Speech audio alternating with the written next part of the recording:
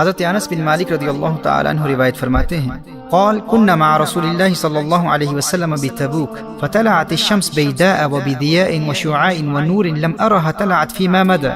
فرمایا ہم نبی کریم صلی اللہ علیہ وآلہ وسلم کے ساتھ میدان تبوک میں تھے، سورج ایسا صاف شفاف اور ایسی روشنی اور نور اور شعاعوں کے ساتھ نکلا کہ اس سے قبل ہم نے سورج کو نکلتے ہوئے کبھی اس قدر صاف شفاف اور روشن اور منور نہیں دیکھا تھا۔ حضرت جبریل امین نبی کریم صلی اللہ علیہ وسلم کی بارگاہ میں حاضر ہوئے تو نبی کریم صلی اللہ علیہ وسلم نے ارشاد فرمایا آج سورج کی اس تیز روشنی اور نور میں اضافے اور چمکیلی شعاعوں کی وجہ کیا ہے؟ حضرت جبریل امین عرض کرتے ہیں یا رسول اللہ صلی اللہ علیہ وسلم آج مدینہ منورہ میں حضرت معاویہ بن معاویہ اللیثی المزنی کا انتقال ہو گیا ہے اور ان کے جنازے کی نماز کے لیے اللہ جل وعلا نے 70,000 فرشتے آسمان سے بھیجے ہیں۔ نبی کریم صلی اللہ علیہ وآلہ وسلم نے ارشاد فرمایا کس عمل کے باعث؟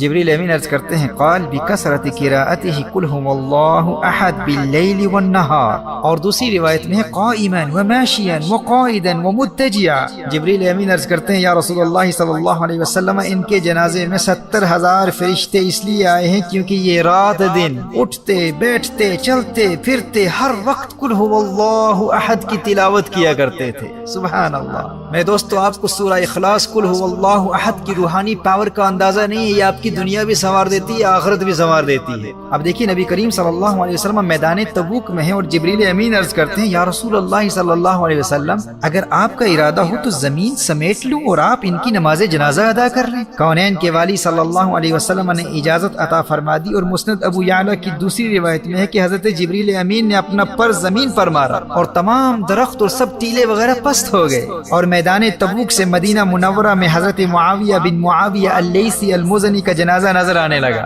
جب نبی کریم صلی اللہ علیہ وسلم نے نماز جنازہ شروع کی تو آپ صلی اللہ علیہ وسلم کے پیچھے فرشتوں کی 2 صفیں تھی اور ہر صف میں 70,000 فرشتے تھے۔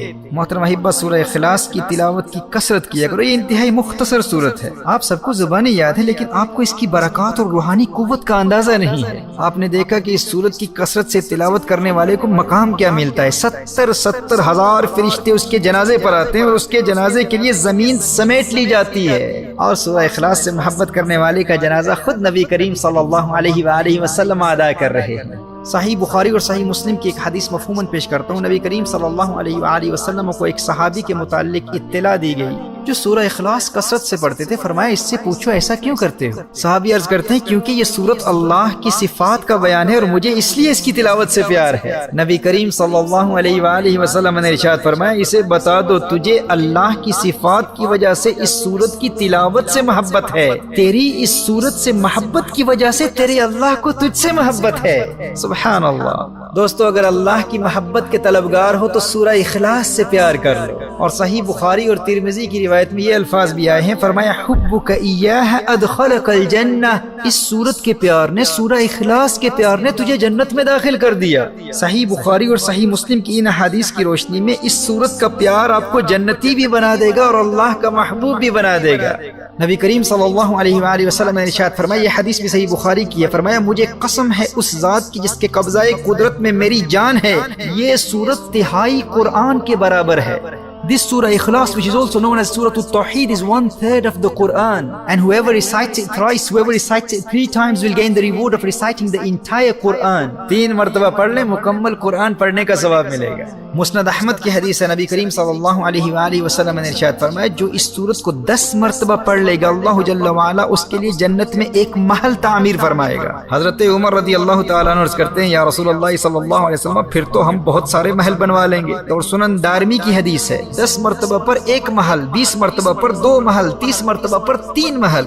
اور میرے دوستو جسے آخرت کی زندگی سے محبت ہو اور اسے اس سورت کی برکت سے جنت کے محلات کی ضمانت مل جائے، پھر وہ سورہ اخلاص کی تلاوت سے محروم کیسے رہ سکتا ہے؟ اور پھر اس سورت کا کمال تو دیکھیے کہ یہ فقط آخرت کے محلات نہیں، دنیا میں بھی محلات تعمیر کروا دیتی ہے۔